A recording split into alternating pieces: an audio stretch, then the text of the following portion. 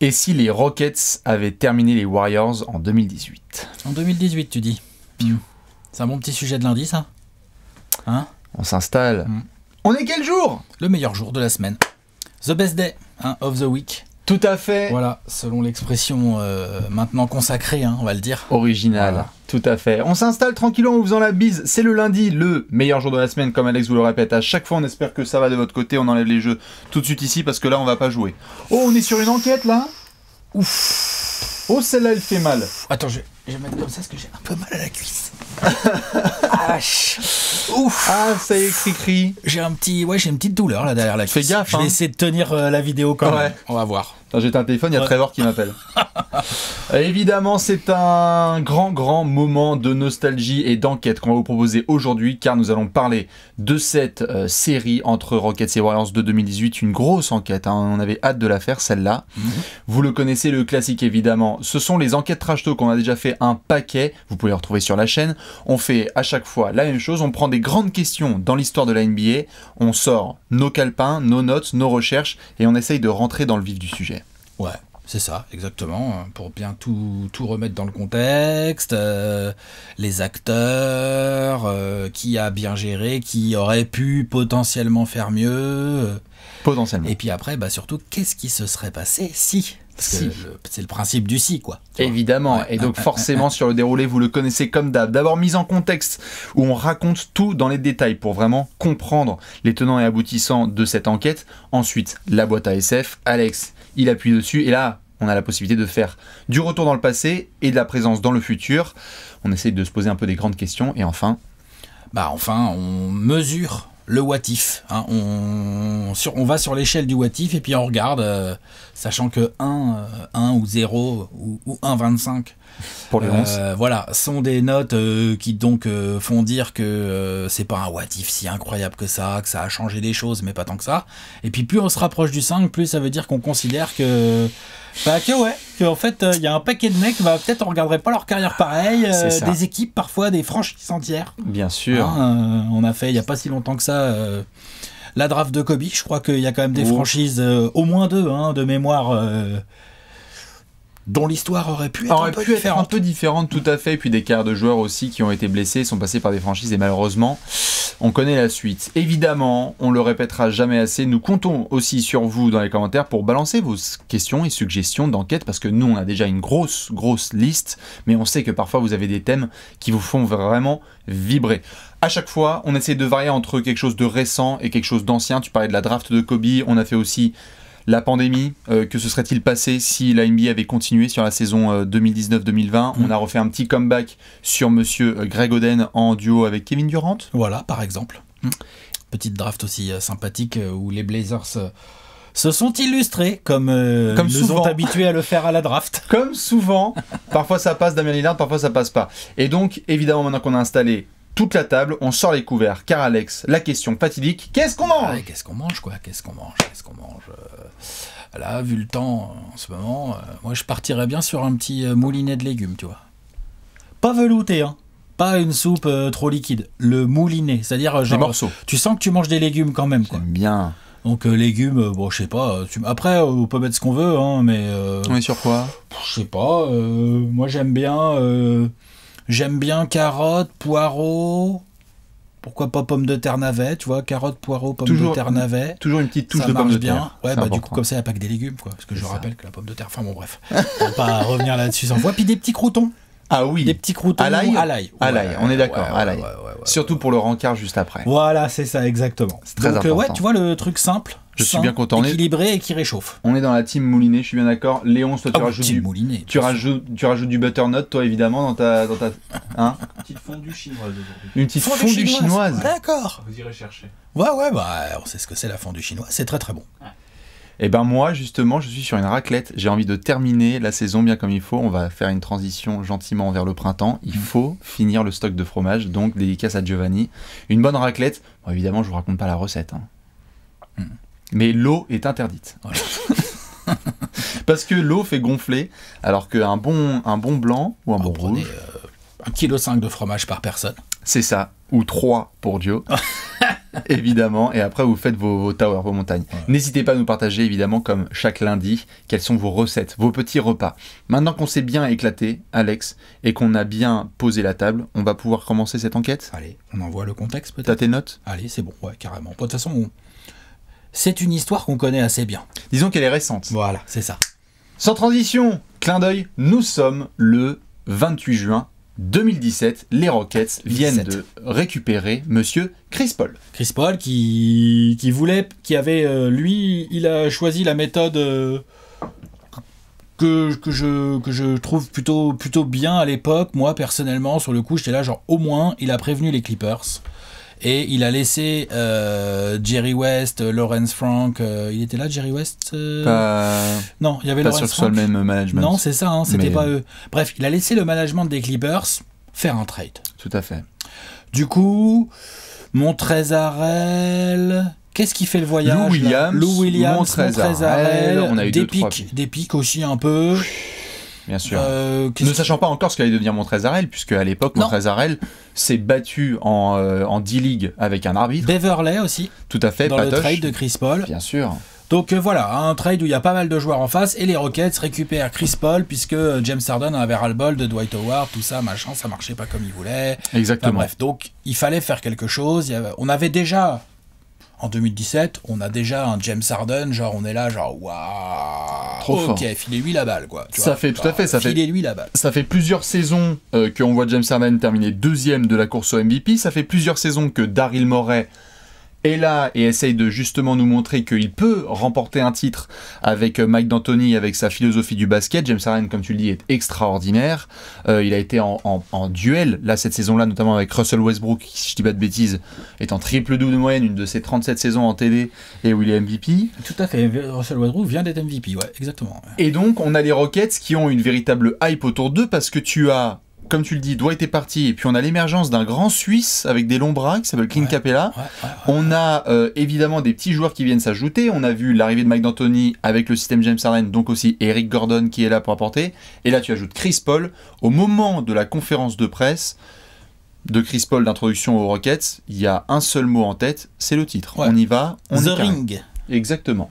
Parce qu'on rappelle que Chris Paul, en 2017, on verra après au niveau du what if, mais en 2017, Chris Paul n'a pas de bague. Et James Harden non plus. Voilà. Et au moment où on tourne il cette me vidéo. semble pas que Chris Paul ait vu les finales de conf non plus trop dans sa carrière. À ce moment-là, il ne les connaît pas, tout à fait. Voilà. Bien sûr, c'est un peu compliqué. Et là, James Harden, il les connaît, mais en sortie de banc, 6e homme à OKC. Et il en a fait quand même quelques saisons précédemment avec Kevin McHale en tant que coach, où il est avec James Harden, Corey Brewer et compagnie. Finale de conf. Ouais, puisqu'ils ont passé les Clippers qui étaient menés 3-1.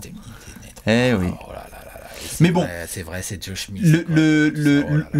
Ça c'est un autre what if. On en fera peut-être un jour. Ce qui est sûr et certain, et ça concernait d'ailleurs Chris Paul, ce qui est sûr et certain, c'est que la saison démarre, et là va se passer un tourbillon NBA, c'est que les Rockets vont être très clairement, sans débat, la meilleure équipe de la ligue. Ils sont intouchables. Ils réalisent sur la régulière la meilleure saison de l'histoire des Rockets. Meilleure attaque, déjà de la ligue, cette saison-là. 65 victoires, si je dis pas de bêtises. Mais surtout, on oublie souvent d'en parler, genre très très bonne défense. Très très bonne défense. C'est-à-dire que, attention, là on est James Harden, on est Chris Paul et tout. PJ Tucker, travail incroyable. Trevor Ariza, c'est sa dernière très grosse saison, j'ai presque envie de dire, hein, ou quasi. On va passer dans la boîte à SF. Voilà. Non mais c'est vrai. Donc ça, plus l'émergence de Clint Capella dont tu as parlé, plus on oublie souvent, mais Eric Gordon, c'est quand même un garçon qui est capable de proposer des choses en défense. Chris Paul, c'est un all defensive team. Voilà. 13 reprises. Non, mais excellent défenseur. Mais c'est un défenseur intelligent et tout, même si c'est un bon intercepteur, défenseur malin. Enfin bref. Non, c'est un mec qui apporte dans une défense et tout, qui sait structurer les choses. Donc, faut pas oublier d'en parler, mais ils sont largement, je sais pas s'ils sont top 5, mais pas loin d'être top 5 défense. Hein. De cette saison-là cette saison-là, les Rockets. Franchement, ce qu'ils sous Mike D'Antoni est limite une anomalie. Hein. Tout à fait, puisqu'on a notamment des papiers qui sont faits sur Jeff Bzelic, qui est l'assistant défensif des Rockets, où on dit regardez ce qui se passe, ça y est, on a trouvé la recette. La sauce de James Harden qui faisait un petit peu en solo, on l'a trouvé à Houston, 65 victoires sur cette saison régulière, ils sont incroyables ces Rockets. Ça se passe le relais, il y en a toujours plus ou moins un sur le terrain. Bien sûr. Du coup, les Rockets sont capables d'être performants quand James Harden fait un petit break de 4-5 minutes en début de deuxième quart. Enfin, je veux pas les trucs exacts, mais tu vois ce que je veux dire. C'est même encore plus loin, c'est qu'il y a certains matchs où il ne joue pas, parce que les saisons précédentes, on s'en souvient, il y avait le burn-out de James Harden face aux Spurs, on se disait... Que se passe-t-il? Il n'a pas assez d'aide. C'est le premier à dire j'ai pas assez de soutien. Bon, c'est ce qui se passera par la suite. On a l'occasion d'en parler par la suite. Mais c'est clair que là, à ce moment-là, tu as des matchs où il y a Chris Paul à la baguette, tout se passe bien. James Harden à la baguette, tout se passe bien. Quand les deux sont là, bon, bah là, c'est le feu d'artifice. Tu as le meilleur bilan de la NBA. Et au moment où tu démarres les playoffs, Houston a certes Golden State évidemment à ses côtés pour être favori au titre. On essaie de voir ce qui se passe avec un numéro 23 dans la conférence Est. Mais ce qui est sûr et certain, c'est que Houston est numéro 1 de la conférence Ouest, large. Et quand tu es du côté de Golden State, bah, tu te dis, voyons voir les deux premiers tours des Rockets. Bah, disons qu'on est là, on se dit, ils rigolent pas. Ils arrivent en playoff, ils rigolent pas. On le dit même pas, mais genre, on sait très bien, quand les playoffs démarrent, il a pas encore le trophée, mais James Harden est MVP de la saison régulière. Enfin, tu vois, genre, à un moment donné, l'autre, il est à 30 points, ouais, c'est ça. 8 ou 9 passes, il prend des rebonds et tout. Enfin, laisse tomber. Genre, il l'a pas eu l'année d'avant parce que Westbrook était en triple-double de moyenne. Ok, là, il a 65 wins. Avec ces stats-là, voilà, c'est MVP, point barre. Clairement. Point barre. Donc, c'est quand même pas rien, tu vois. Genre, Houston débarque en playoff avec, dans ses rangs, un meneur all-time en Chris Paul, un MVP en pleine force de l'âge, au top de sa carrière, au top du top, avec une vraie défense, des role-players, genre Ariza, il connaît déjà la chanson, Ariza, lui, il a déjà sa bague et tout, enfin, tu vois, genre... Bien sûr. Voilà, PJ Tucker, il a déjà pas mal bourlingué, il y a Clint Capella qui est un peu jeune, mais qui montre que... Et effectivement, t'arrives en playoff, on se dit, bon... Bah, il n'y a plus qu'à faire le bourlough. Et le boulot, il est fait sur les deux premiers tours, parce que quand tu es Houston plus que fait, et que tu rencontres Minnesota de retour en playoff, on attendra avant d'en reparler, hein, les playoffs à Minnesota. Mais à ce moment-là, ce sont les retours des Wolves. Ce sont les retours des Wolves dans la post-season avec Tom Thibodeau et compagnie, Jimmy Butler, Karl Anthony Towns. Et là, impeccable. Voilà. Clint Capella met le chaton dans sa poche. Incroyable, c'est vraiment, oh petit minou, oh regarde, hop. Non mais vraiment, je veux dire, Clint Capella, bon, je les ai pas sous les yeux là, mais je crois qu'il a des stats genre équivalentes à celles de Karl Anthony Towns en points et en rebond. C'est du 15-15 les deux. Ouais, en fait, Karl Anthony Towns ne met que 15 points par match. Bien sûr, c'est que le travail de Clint est énorme. Après, ils vont rencontrer évidemment Utah, si je dis pas de bêtises, en demi. Donc 4-1 les Wolves, Utah en demi 4-1. Ça fait switcher Gobert. Gobert vit vraiment une série très compliquée. Et Utah, d'une manière générale, Harden fait une très bonne série contre Utah, mais la série de Chris Paul sur Utah. Non. Et ce sont notamment les deux déplacements des Rockets à Utah qui sont forts parce qu'on a vu cette équipe gérer à domicile sur toute la saison régulière, vraiment impeccable. Mais là, quand ils se déplacent. Quand il y a 1-1, c'est ça? Il y a 1-1 et ils se déplacent là-bas? Bah, en tout cas, c'est ils reviennent à la maison, ils mènent 3-1. Je crois que c'est ça. Je crois que c'est ça aussi, mais dans tous les cas, ils sont tellement impressionnants en déplacement que tu te dis bon. Golden State a fait le boulot, Houston a fait le boulot, on a notre finale de conférence tant attendue entre deux des meilleures équipes de NBA, on peut même dire les deux meilleures équipes de NBA. À l'époque, au moment où cette série démarre, je m'en souviens très bien, on avait l'occasion de discuter à ce moment-là du fait que c'était peut-être ça la finale NBA. Oui, tout à fait. Juste pour mettre dans le contexte des gens qui n'auraient pas bien suivi à l'époque et tout, donc quand les playoffs, donc on est en 2018, quand cette série de finales de conférence entre Warriors et Rockets commence, les Warriors sont champions en titre de 2017. Et genre, vous irez voir comment ils ont écrabouillé les playoffs en 2017 avec Kevin Durant et tout ça, avec Kevin Durant MVP des finales, du gros Stephen Curry, du gros Klay Thompson, du Draymond Green, enfin, genre... Bah, ils perdent un seul match. Voilà. Sur tous les playoffs. Genre, donc, Houston s'apprête à jouer en finale de conf avec l'avantage du terrain, mais le champion en titre... Bien sûr. Qui rigole pas du tout non plus. Ah non, bien sûr. Pas du tout. Mais ils sont pas aussi convaincants à ce moment-là quand la série démarre. Non, c'est vrai, Houston est là, mais je veux dire, t'as quand même Kevin Durant, Stephen Curry, Klay Thompson, Draymond Green, Steve Kerr sur le banc, c'est les champions en titre. Bien sûr. C'est genre. Disons qu'il y a un peu, il y a comme une espèce d'égalité, mais qu'en même temps, ceux qui à ce moment-là misent sur Houston et disent ça va aller jusqu'en finale NBA, ça n'a rien de choquant. Non, c'est même plutôt ce qui est la tendance quand tu vois le début de série, puisque sur les premiers matchs, tout le monde est à peu près présent, ça fait le travail, et tu vas avoir même Houston à domicile sur le game 5 qui va l'emporter 3-2. Donc on arrive au game 5 à 2-2. Exactement. Hein. Et Houston va gagner ce Game 5 effectivement à la maison pour mener 3-2. Donc se mettre dans une position absolument magnifique. Bien sûr, tu n'as plus qu'un match à gagner pour ensuite aller en finale. Je crois que les stats de quand tu es à 2-2 et que tu gagnes le match 5, ouais. c'est 70 ou 75% que tu gagnes la série. Hein. Bien sûr. C'est très violent. Quoi. Surtout que tu sais qu'il va y avoir, au pire des cas, un Game 7 à domicile. Donc tu peux même terminer à Golden State s'il le faut, ou sinon retourner à la maison. Cette victoire-là sur le Game 5, elle est incroyablement historique quand on regarde maintenant en arrière, parce que tu as Golden State qui démarre bien le match, Houston qui va revenir, tu parlais d'une équipe de Houston qui est plus défensive, on n'est pas sur des 125 à 120, hein. On est sur du grind où vraiment ça défend plutôt bien. Surtout que les Warriors, eux aussi c'est pareil, ils les connaissent ces matchs-là de playoff, donc ils savent aussi serrer la vis, bien sortir sûr. Les cadenas et tout ça, attention, hein, donc bien c'est sûr, vraiment des gros matchs. Et on a un bon Chris Paul qui met notamment 18 de ses 20 points en deuxième mi-temps, on a James Harden qui est à 0 sur 11 à 3 points, spoiler, ça pourrait être un thème. Il est possible que ce soit un thème global d'ailleurs sur les Rockets là dans cette vidéo. On peut peut-être en parler. Mais ouais, Chris Paul très bonne deuxième mi-temps, mais quand même, hein, quatrième quart, tac, la cuisse. Dans la dernière minute, si je ne dis pas de bêtises. Je sais pas si c'est la dernière minute, mais c'est tout à la fin. Je crois que c'est quasi la dernière minute du match. Houston parvient à l'emporter, mais Chris Paul doit sortir. Il se tient la cuisse, il sort en boitant. Chris Paul est blessé. Oui, Chris Paul est blessé. Et on apprend assez rapidement après ce match 5, donc gagné par les Rockets, que Chris Paul jouera déjà pas le Game 6. Déjà. Et tout à fait, et que ce sera Eric Gordon, le numéro 2 playmaker derrière James Harden. Voilà. Ce qui change au niveau de la... ça change pas mal la donne. Disons qu'il n'a pas fait partie du top 100 all-time. Là, ça va à Golden State pour le Game 6, si je dis pas de bêtises. Vous connaissez Game 6 Golden State, hein. Putain, Klay Thompson. En un prénom et un nom, Klay Thompson. Klay Thompson, alors c'est important, Klay Thompson met genre 35 points, Klay Thompson est en feu total derrière l'arc, genre c'est indécent comme il sait faire. Game 6 Klay Thompson. On a un peu oublié parce qu'au moment où on tourne cette vidéo, ça fait 1 an et demi qu'on n'a pas vu Klay Thompson sur un parquet et quelques, tu vois, donc bon voilà, c'est comme ça. Ouais. Faut pas oublier que dans ce match-là, il y a du gros Stephen Curry aussi. Ça aussi, c'est un thème de la vidéo. Puis ça va, le petit Kevin.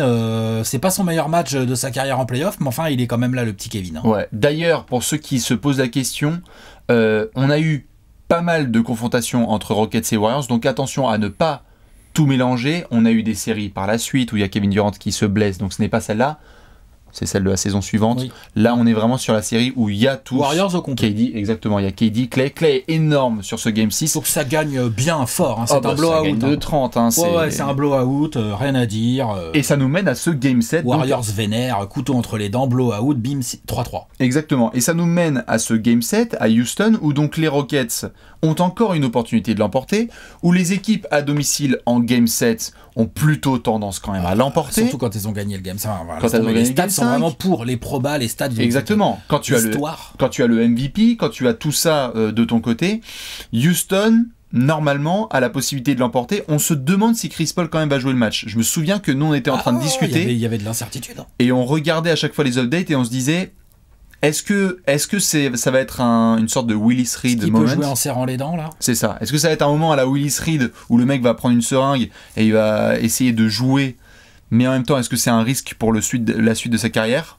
Et pour les éventuelles finales NBA que tu pourrais avoir à jouer derrière si tu gagnes ce Game 7. Non mais tu vois. Ou pour la suite de ta carrière. On n'est pas dans le staff médical des Rockets, donc on ne sait pas jusqu'à quel point genre il pouvait ou pas jouer. Toujours est-il qu'il jouera pas. Il joue pas. Le cri-cri. Et que on va assister à un match assez chelou. Je trouve, moi, je le qualifierais bien comme ça quand même. Un match un peu chelou. Parce qu'on n'a pas des immenses Warriors. Enfin, je me trompe. Non. Moi, de mémoire, j'ai pas des immenses Warriors. Il y a du stress aussi côté Warriors.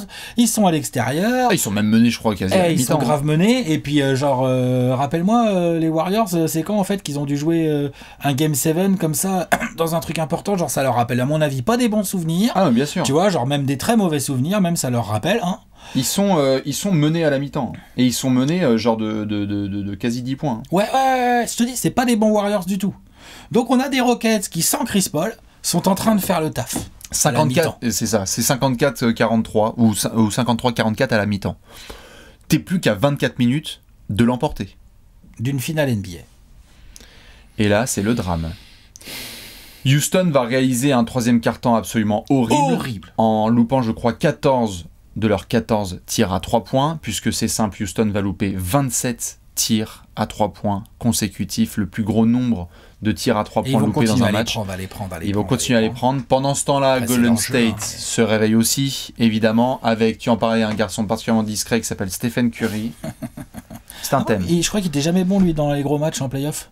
Je crois qu'il a jamais été bon en play-off. Mais en même temps, quand t'es un joueur lambda, c'est pas facile les play-offs. Hein. Ouais. C'est compliqué. Hein. Vive le système. Golden State revient sur le côté chelou dont tu parles.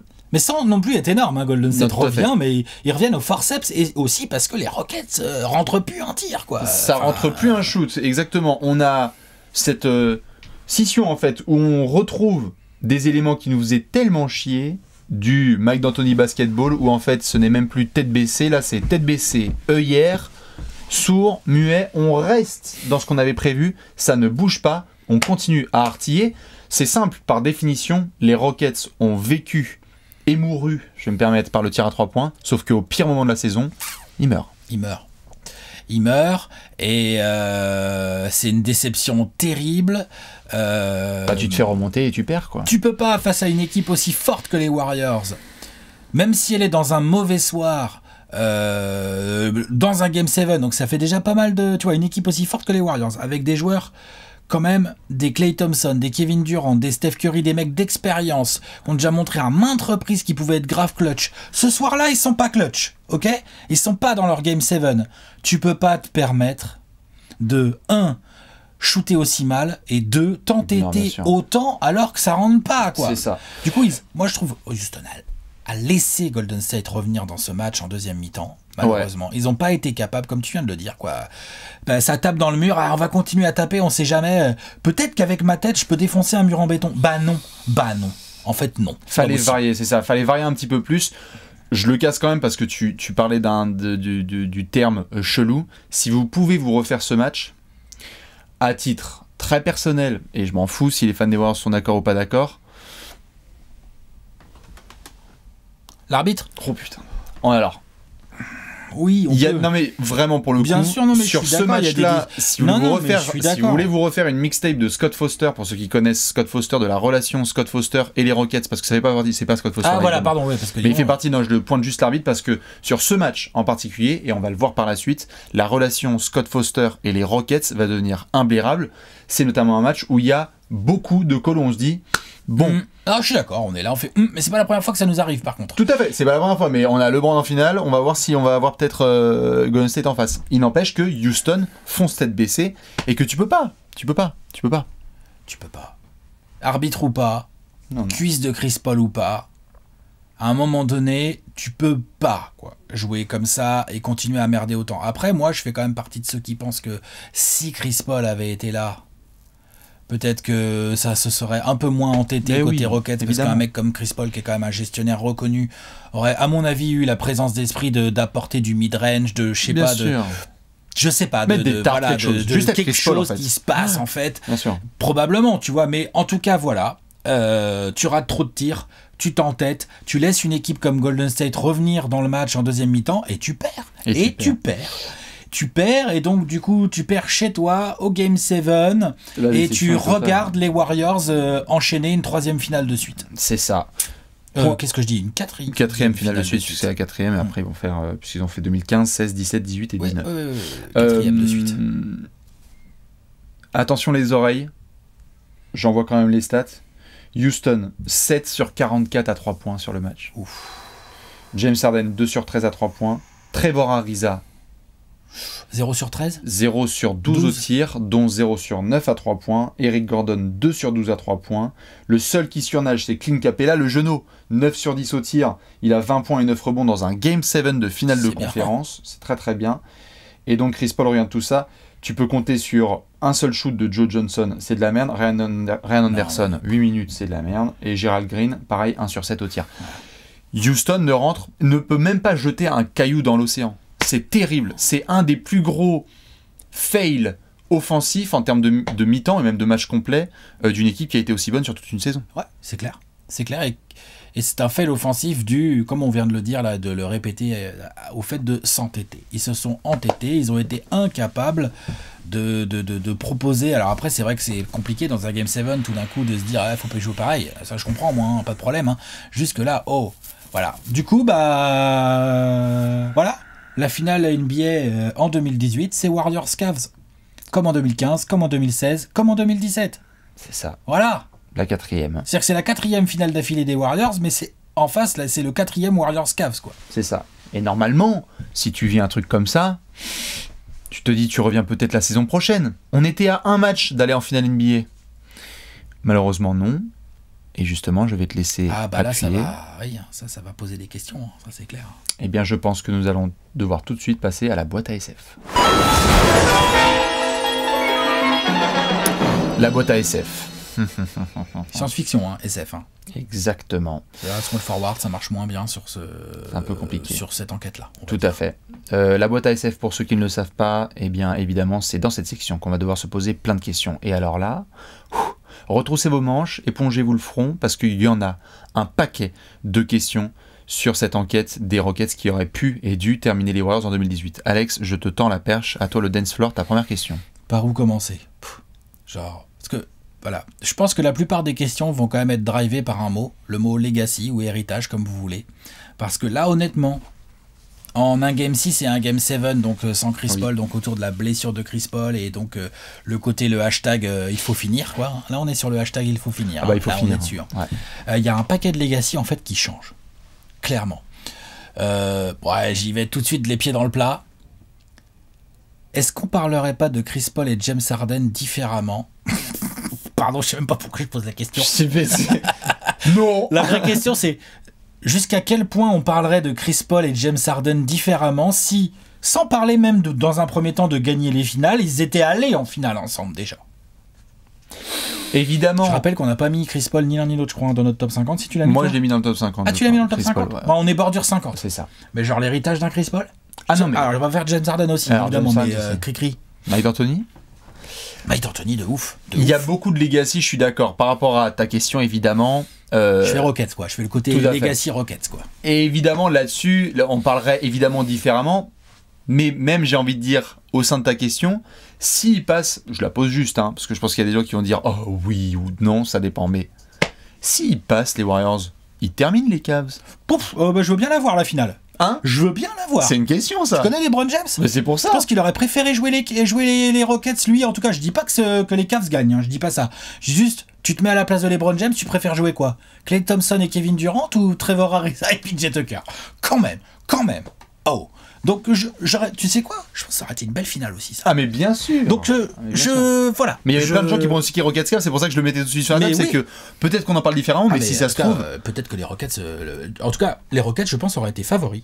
Oui. S'ils avaient passé les Warriors en 7 dans la continuité d'une saison à 65 wins, ils arrivent en finale, ils sont favoris. Évidemment. LeBron ou pas. Par contre, faut la gagner. Et c'est pour ça que, tout à fait, c'est pour ça que je me souviens à ce moment-là, quand on avait cette série entre Warriors et Rockets, qu'on se disait, qu'est-ce qu'il y aurait de plus Rockets, c'était la blague un peu qu'on disait, c'était qu'est-ce qu'il y aurait de plus Rockets que de battre les Warriors, et est-ce qu'en finale NBA, ils auraient battu LeBron ? Allez, on va se permettre, imaginons qu'ils aient en effet remporté la bague, à ce moment-là. Et par rapport à ta question, est-ce qu'on parle différemment ? Oui. Mike D'Antoni a une bague dans son système. Daryl Morey l'emporte après une décennie de analytics et de tir à 3 points et pas de mi-distance. Mec, James Harden. Et James Harden. Genre, aujourd'hui, regardez comment on en parle. James Harden, tu prends la même carrière et tu mets juste la bague en 2018, mais pardon, mais genre... on sait plus du tout la même discussion bien sûr. Dans un classement all-time ou même d'une manière générale. Bien sûr. Genre, on est là, on fait ah ouais, putain, ouais, le style de jeu, imblairable parfois, mais putain, genre, il était imbattable. En fait, il est top 20 en fait. Mais bien sûr. On s'était posé la question pendant le top 100 all-time, on s'était dit s'ils avaient cette bague-là. Chris Paul, évidemment, ça change aussi tout, parce que Chris Paul est venu, et donc on se dit, putain, le mec, quel différence maker. On a dans tout ce dessin-là, le fait que tu aies aussi fait chuter les Warriors, il y a que LeBron qui l'a fait en tu aurais 2016. fait chuter les Warriors de KD, Clay et Steph ensemble. Et ça, on le verra la saison suivante, après avec des blessures, Toronto en finale NBA, etc. Après, on verra une défaite des Warriors en playoff, mais à ce moment-là, si Houston fait chuter cette équipe de Golden State, mais tu rentres même... C'est pas... on a souvent parlé de certaines bagues que tu remportes, mais là, c'est de la bague de ouf. Hein. Mais de malade mental. Parce tu que fais chuter ces Warriors-là et derrière, tu bats les LeBron en finale. Non, c'est chaud. Bon, après, ça fait beaucoup de si. Mais bien sûr. C'est ça aussi, c'est un peu le problème. C'est un peu le problème de Chris Paul c'est un peu le problème de Chris Paul et James Harden, c'est qu'en fait dans ce what if là, il y a beaucoup de si. Il y a déjà et si donc Chris Paul s'était pas blessé, est-ce qu'ils auraient pu finir les Warriors quand même? On peut en toute honnêteté et en toute objectivité, comme vous le savez ici, l'objectivité règne.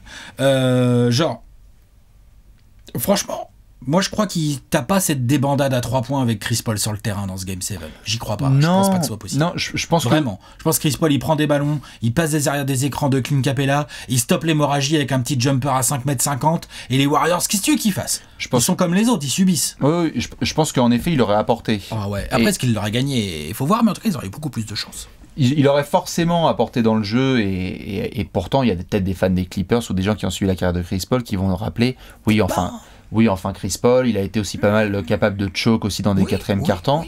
Maintenant, c'est vrai qu'il aurait certainement changé la donne, mais en fait, j'arrive pas à m'empêcher de penser là, surtout à la suite. C'est-à-dire, quand on revoit derrière ce qui s'est passé l'été suivant, ou même 3 semaines après, c'est-à-dire que 3 semaines après, la free agency démarre, et on a Trevor Ariza, je me casse de là direction Phoenix. Il commence à y avoir 2-3 discussions parce qu'il y a un nouveau proprio qui va devenir une des personnalités les plus préférées de l'histoire de Houston, Sylvain Fertitta. Un énorme contrat pour Chris Paul, signé dans la foulée, où nous on a vu le chiffre tomber et malgré la qualité extraordinaire de joueur qu'est Chris Paul, on a fait tout à fait. Dans la demi-heure on s'est dit qu'est-ce qui se passe? En fait, moi la question que j'allais te poser c'est s'il remporte ce titre, est-ce que en fait au moment où on parle, James Harden est encore là, Clint Capella est encore là, peut-être pas Chris Paul mais peut-être qu'il est encore là et peut-être qu'en fait c'est une équipe extraordinaire qui continue à jouer, peut-être que Mike D'Antoni est encore là, peut-être que tout a été validé. Ça aurait pu souder, hein. Ça c'est sûr, ça soude les victoires, on le sait. Hein. Aujourd'hui on avait un 5 majeur, on avait PJ Tucker, James Harden, Trevor Ariza, Eric Gordon, Clint Capella, Chris Paul et Eric Gordon.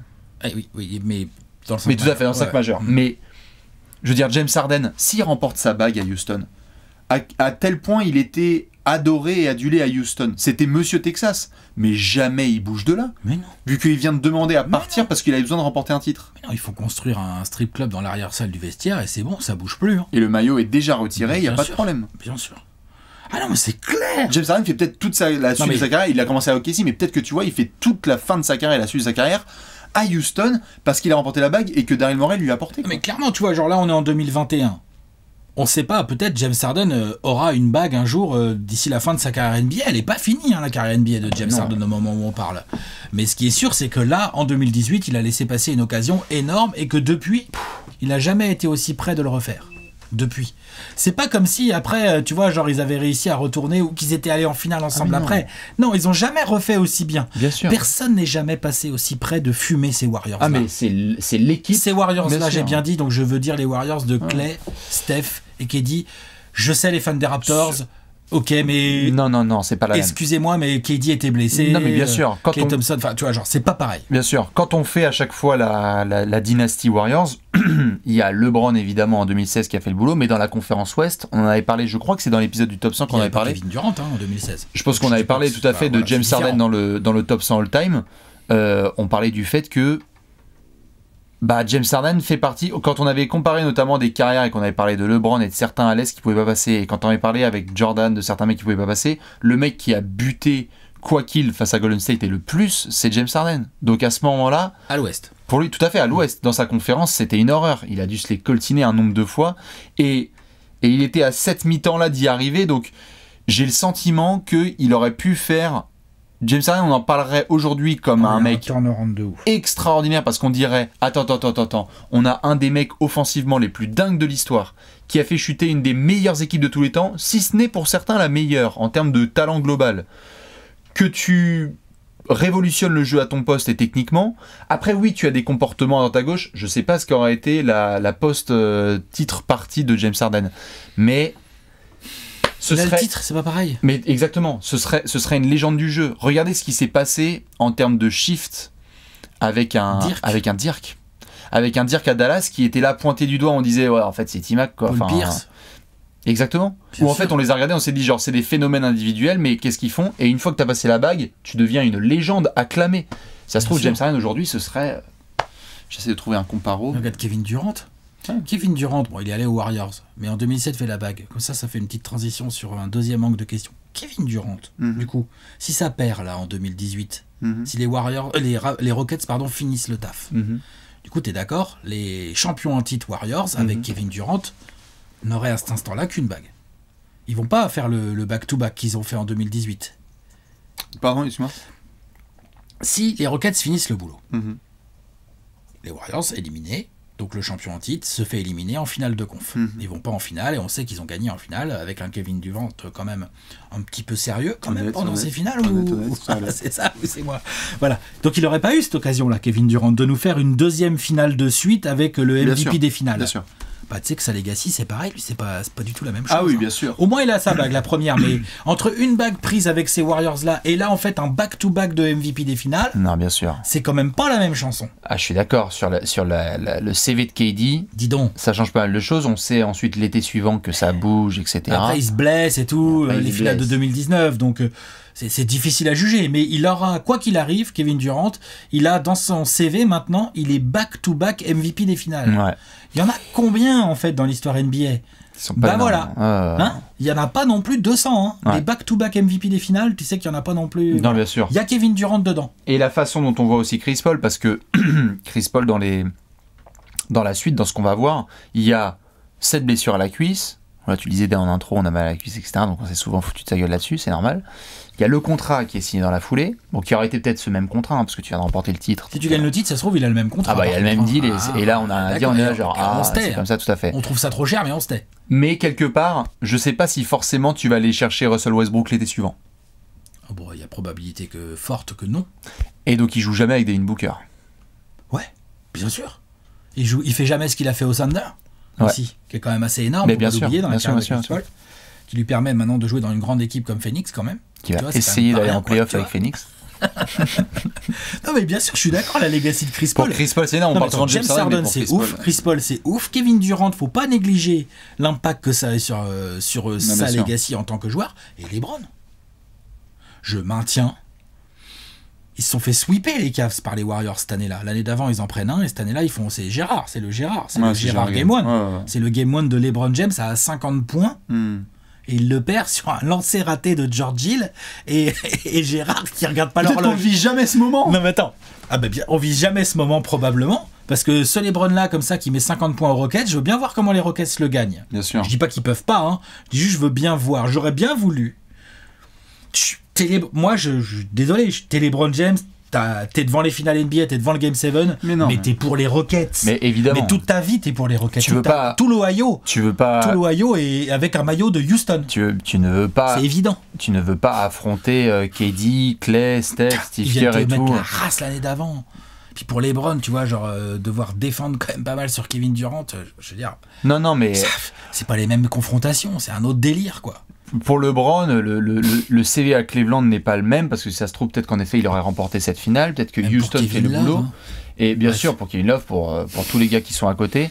Je pense qu'il y a aussi évidemment ces garçons et ces coachs. Je me demande comment est-ce que la planète basket aurait réagi si Mike D'Antoni aurait remporté un titre avec ce style-là. C'est-à-dire toujours autant décrié, ça aurait été une telle farandole de regardez ce qu'il a fait avec Phoenix et peut-être on regarderait Mike D'Antoni différemment parce qu'on dirait c'est un mentor. On aurait dit mais si ça se trouve Mike D'Antoni en fait s'il n'y avait pas eu Robert Torrey il aurait peut-être 3 bagues ou tu vois il y aurait peut-être des choses comme ça, on se dirait putain il a quand même évidemment qu'il a fait de la merde notamment avec les Lakers de Kobe, Dwight, Pau et Steve Nash, c'était différent, mais il avait fait aussi l'Insanity, une raquette avec Pau Gasol et Dwight Howard bien sûr. Pardon mais bon, c'est un autre sujet, mais il avait fait l'Insanity et là si tu l'emportes comme ça avec un joueur que tu as fait exploser à un niveau de MVP en James Harden, je pense que Mike D'Antoni, déjà aujourd'hui, il est absolument pas assistant chez les Nets. Non, jamais. Ça, clairement pas. Il y a plus d'équipes qui joueraient comme Houston, par contre. Donc ça, ceux qui sont pas fans du style de jeu des Rockets,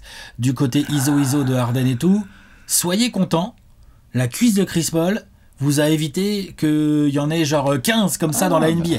Bah, bien sûr. C'est vrai, hein. Parce qu'on s'est dit, ça marche pas, tu vois. On s'est dit, ça passe pas. On regarderait Bradley Beal différemment, on regarderait les arrières différemment en se disant, ok, c'est comme ça qu'on peut construire avec beaucoup de pick and roll. Et en fait, les analytics de Daryl Morey, c'est pas... Je dirais, ils ont été vraiment vus comme des savants fous, quoi. On s'en souvient des épisodes Game of Zones où ça se foutait de la gueule de Daryl Morey et de Mike D'Antoni, de cette espèce de lubie, de cette... Ils étaient complètement obnubilés par les pénétrations ou le tir à 3 points et quelques lancers francs, mais le moins de mi-distance possible, si ce n'est Chris Paul. Si le titre y validait dans ce registre-là, voyons ce qui s'est passé quelques années auparavant. Au moment où Golden State commence à faire son push, la plupart des anciens qui ont joué en NBA et qui sont un peu aigris disent on ne remporte pas de titre sur des jump shots. Salut Phil Jackson. Salut Charles Barkley, salut compagnie, même Oscar Robertson et tout le monde y allait. N'importe quoi, passage. Tout à fait. Et aujourd'hui, tu ne peux pas gagner de titre sans avoir une grosse adresse à 3 points et du shoot et à mi-distance évidemment. Mais là, ça voudrait dire que, vu qu'on sait, comme tu le dis, que c'est une ligue copycat, tu copies le champion, ça veut dire qu'il y aurait eu beaucoup de monde qui aurait regardé James Harden en disant ça marche, on y va, allons-y. Oui. C'est sûr. Tu crois pas, toi ? Moi je pense que c'est sûr. Je pense qu'il y a pas mal d'équipes qui auraient travaillé différemment. Il y a beaucoup mais bien sûr. Essayer d'orienter leur style de jeu différemment, leur recrutement différemment, le style de jeu, et ainsi de suite, et ainsi de suite. Après, tu trouves pas des James Harden à tous les coins de rue. Attention. Non, mais c'est pour ça. C'est pas ce que je dis. Mais t'essayes. C'est un peu comme les mecs, on les a vus, je sais pas, moi, genre... Non, mais Luka. Enfin, tu vois, Luka, je veux dire, depuis que LeBron James est en NBA, genre ça va, des ailiers point forward, genre maintenant, il y en a un par équipe quasiment. Bien sûr. Alors après, des LeBron James, il y en a pas beaucoup. Tout à fait. Mais c'est là que tu vois, par exemple... C'est ça que je veux dire. Bien sûr, quand tu vois les modèles derrière en 2019, pareil, tu vois. où t'as Luka Doncic qui débarque en NBA, je pense qu'à Dallas, ils se disent on va faire ça, mais en mieux. On va essayer de faire ça, où en tout cas, on a un joueur créateur beaucoup trop fort qui est capable de tuer en ISO, d'être très bon à distance, en pénétration, en lancer, kick-out à 3 points, etc. Peut-être que ce modèle-là, il est totalement dupliqué partout en NBA. En tout cas, les Rockets, à ce moment-là, étaient clairement la meilleure équipe de NBA. Tu veux dire que Luka Doncic joue comme James Harden ? Non. C'est ça que tu veux dire ? Non, mais en tout cas, il y a déjà eu de la comparaison. Bien sûr, mais moi, personnellement, je déteste pas cette comparaison. Mais non, je la trouve tout à fait défendable. Quand tu vois Mike D'Antoni, qui aujourd'hui est assistant, c'est comme si on avait peut-être mis un peu une fin sur sa carrière de coach en tant que head coach. J'ai l'impression que ça lui a fait tellement de mal, en fait, cette défaite et cette fin à la fin en autre boudin là qu'on a vu par la suite, que tu te dis, peut-être que si ça se trouve, en effet, lui aussi va être bagué, Mike D'Antoni, mais ce sera quoi comme bague ? Ce sera la bague d'assistant. Attention, il faut encore aller la chercher. Il faut aller la chercher, mais tu vois, ce sera peut-être la bague d'assistant, ce sera jamais la bague du Mike D'Antoni basketball. Exactement, ça sera jamais la bague de... Quoique Steve Nash, faut voir. Mais ce sera le Steve Nash basketball. Enfin, tu vois, on dira c'est à Steve Nash. Oui, on dira c'est à Steve Nash, mais on associerait, potentiellement, on pourrait pas mal associer Mike D'Antoni. Il est dans le staff, et puis Steve Nash... Mike D'Antoni, Steve Nash, il y a un petit historique, quoi. Ça débarque pas de nulle part. Mais oui, je vois ce que tu veux dire. Je suis d'accord. Mike D'Antoni est coach. Non, mais de toute façon, Mike D'Antoni, James Harden, Chris Paul, Kevin Durant, LeBron James.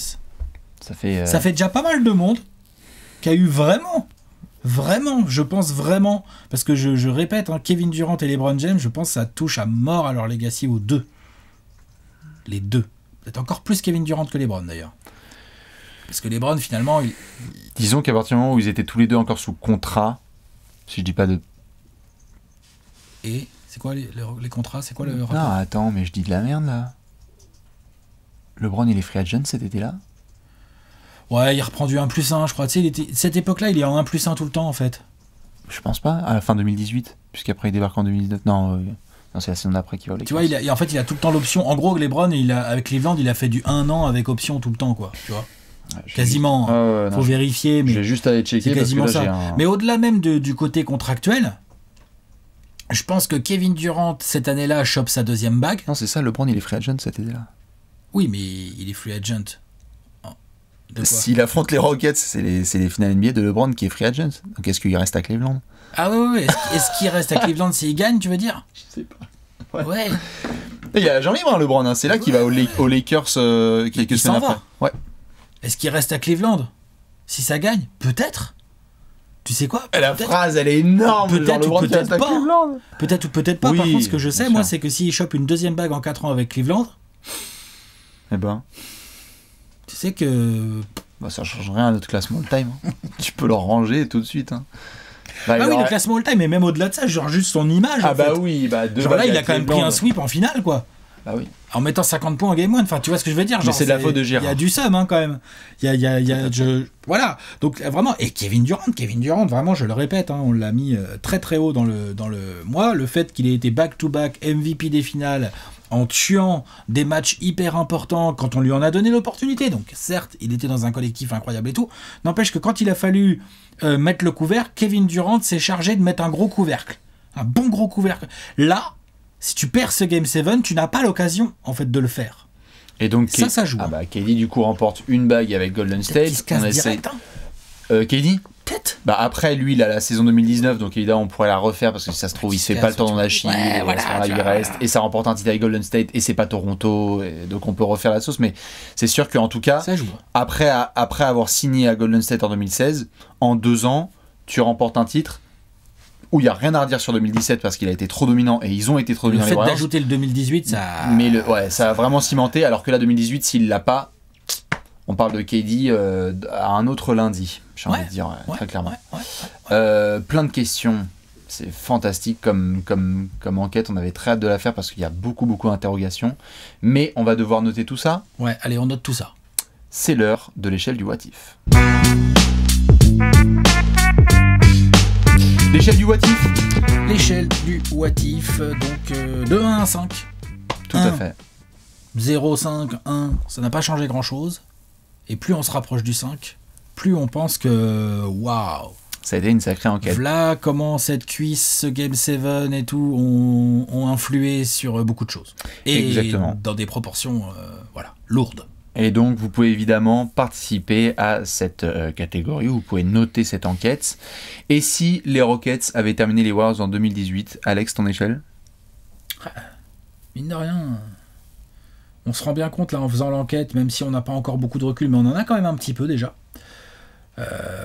Évidemment, on peut pas savoir est-ce que Kevin Durant ou James Harden, qu'est-ce qu'ils vont faire dans la suite de leur carrière. En plus, au moment où on fait cette vidéo en 2021, ils jouent ensemble sous le maillot des Nets, donc tu vois, alors s'ils vont nous en faire péter une ensemble et tout machin. Mais quand même, déjà aujourd'hui, moi j'ai envie de mettre un bon gros 3,5 quoi. Genre ouais. Pourquoi? C'est pas bien 3,5? Si. Ouais. Un bon gros 3,5, genre je suis pas loin du 4 mais je mets 3,5.